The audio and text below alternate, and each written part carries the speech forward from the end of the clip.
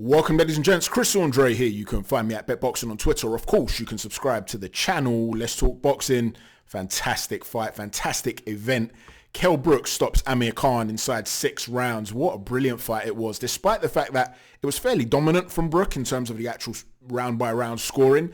But there were some exciting moments, weren't there? Because Khan still had that hand speed. He was lunging in. As we said in the preview, his feet aren't as fast as they used to be.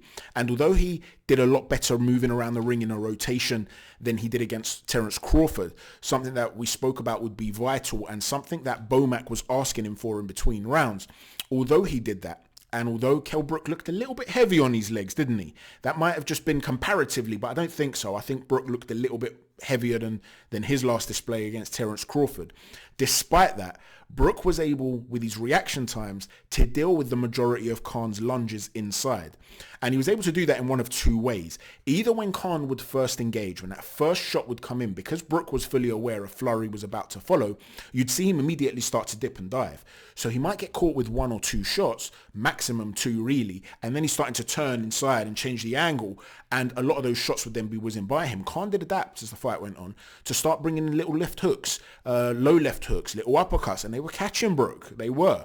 But Kell was landing the cleaner, flusher shots. In the first round, it was a brilliant round. Like I said, Khan's hand speed was still there, and his entry point was a little bit predictable, but he would be doing well, generally speaking. But the timing of Brook would be so dangerous, and he began to hurt Khan more than once. And that's when you had to score that round to Brook, and it looked like, okay, Brook's definitely got the heavy hands here to hurt Khan. But in the second round, I thought both men were more dangerous when they were trying to lure the other one in. Just like we said in the preview, Kell's best moments would be when Khan's trying to lunge in and Kell's going to take that little step back and catch him with a shot on the way in. Well, by the same token, we spoke about the fact that when Brook's the one to lead off, there would be moments there potentially where Khan would be able to let go of that flurry of shots with his back off the ropes as he did to Colazzo, for instance. That's when Khan is at his best. When he's getting in, getting out at an angle, and you're trying to chase him, and then as you're trying to jump in, he changes that rhythm from moving backwards to forwards, that reverse to attack quickly, and that's when he catches you out, that suddenness. And in the second round, it was Khan that was moving around the ring more, forcing Brook to be the one to come in, and he was the one getting the timing off. The third round for me was a pivotal round. Khan controlled the majority of round 3. He was rotating, he was luring Brook in. Brook was starting to look a little bit stiff. Khan started to let go of those flurries of combinations, and he was outworking and outlanding Brook. Yes, Brook was doing a great job of evading a lot of those flurries of shots, but he was still being outworked. This was until the last, minute or 40 seconds of the round when Kell Brook landed a flush right hand on Khan. And at that point, he started to dictate and dominate, and he started to hurt Khan on numerous occasions in that third round. And I don't think Khan ever really recovered from that. Brook, I had winning the every single round from that point forth. I thought he won the 4th round. I thought he won the 5th round. And what I wanted to see Khan do is really continue the movement around the ring, but to lower the work rate when he was jumping in fact, to make him less greedy. Throw 1-2s and get out. Throw a 1 and get out. Because you know that Kell's reacting to those dips and dives. If you're feinting more, essentially, by not just feinting, by using misdirection, pretending you're going to come in and not coming in. If you can get Kell to react defensively, he's not going to know whether to time you, when to just try and defend. And if you can get him guessing, because his legs were heavier than yours, you could then dictate when exchanges were going to occur. But that wasn't the case. He was a little bit too predictable, and Kell Brook was able to land some more monstrous flush shots. And a lot of people have been questioning Amir Khan's glass chin, they've been saying again. He kept getting hurt. Listen, Kell Brook's a very heavy-handed guy. He's a big welterweight. We spoke about the fact that he might be struggling to make the weight, and that we'd have to ask questions as the fight wore on. In the preview, I think I said the first 4 or 5 rounds. It happened in the 6th. Had it gone beyond that, it started to go to the 7th and the 8th. Would Kell Brook, who was trying to really load up on these big shots, would he have been able to maintain that? We know that Khan's got a great gas tank, and if he couldn't knock him out, bear in mind he did not knock him down in the entire fight, then it becomes a much more serious test, right? It's like one of those David Haye and Derek Chisora type scenarios where Haye was blowing very hard when the stoppage came. Brook had yet to start blowing very hard. But what I'm saying is that as the fight's wearing on, you're going to start to think to yourself, well, if he's not getting Khan out of here yet, we're starting to enter Khan's territory potentially, where we start to ask questions about whether Brook made the weight well. And at one point between the rounds, you heard Dominic Ingalls say something along the lines of a 6 and 8 round fight. Was he telling him, I didn't quite make out what it was. Was he saying, we know that we need to make this a 6 to 8 round fight because he knows that Brook could potentially gas as the fight's wearing on? I'm not too sure. But Brook certainly started to up the tempo and trying to land those big shots. There was an urgency about Kell Brook. So I found that very, very interesting. Things were looking ominous for Khan, though. They were. And I wasn't stunned to see the stoppage come in. It looked a little bit premature in the sense that Khan had yet to hit the floor or anything like that. But there was a lot that wasn't coming back from Amir Khan. He was taking a lot and not shipping much out. And we said in the preview, Brook still looks sharp, in my humble opinion, offensively. And if they are both healthy, I expect Brook to get it done quite early.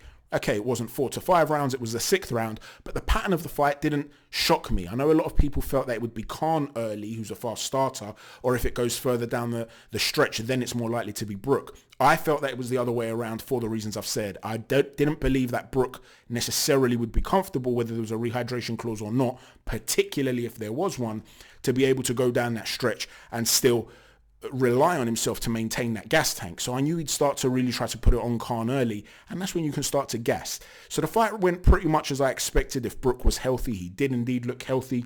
He's since started talking about fighting Chris Eubank. He's obviously buzzing. He's on a high. Confidence is high. He's really believing in himself. Khan did start to affect, not affect the eye in the sense of, because, you know, Brook's had issues with his eye in the past. I'm not talking about that. But he did start to, there was a little bit of swelling, I felt, on Kell Brook's eye, starting to pop up. He started to find that, a little bit of a home for that, particularly with the left hand. So, you know, Brook did take some shots in there and his durability looked fine. I think there was one point where I thought he got caught with something big and I thought, oh, he's delayed a little bit in what he's doing here. He's tied up. I felt that he felt that from Khan. But generally speaking, it was a very dominant display in an all-action-packed, excellent fight. You know, I really hope that Amir Khan gets the credit and the respect that he deserves, because one thing he showed once again was a warrior spirit. Whether it's been against Danny Garcia, where he's been dropped and he's up on wobbly legs, or Vargas, where he's been dropped and hurt, Crawford, when he's been dropped and hurt and he got up after that first round, whenever he's been hurt time and time again. Yes, I know there was a question mark about whether he quit against Bud, but the truth is he's always shown that warrior spirit. He's always hung in there. He's always been willing to take on all comers except Kell Brook, and we saw that happen tonight. And I hope he gets the credit he deserves. He had that brave face on as he was walking out the arena, but you could see the sadness behind that smile. You know, it was like the sad clown sort of thing. And he's going to go through some dark times. And I know there was a great rivalry between these two. They had a nice touch, a nice moment at the end of the fight. I hope that they're able to put it to bed. I know Khan said to Kell, let's have a coffee together and stuff like that. Hopefully, this is able to be put to bed. I'm still going to bring you a video on the mind games that Amir Khan played, because just because you play the right psychological cards, it doesn't necessarily mean you're going to win the fight. You could argue in some regards those psychological tricks did work because of a couple of tactical things that happened with Kell Brook. So we'll talk about that in the next video. We'll do that tomorrow. But for this particular fight, I just want to say it was brilliant. I hope both guys get the respect they deserve. I've always liked both guys. So I was one of those where I knew it would be a bittersweet moment for me tonight, whoever won. I felt that Kell Brook had to win, really, from an emotional perspective. I can imagine Khan dusting this off, shaking it off. He's had a great career and he's going to move on. Had Kell Brook lost, I really worry about the dude's mental well-being and emotional well-being moving forward. So from that perspective, I think it's the best that Kell Brook won the fight, to be honest.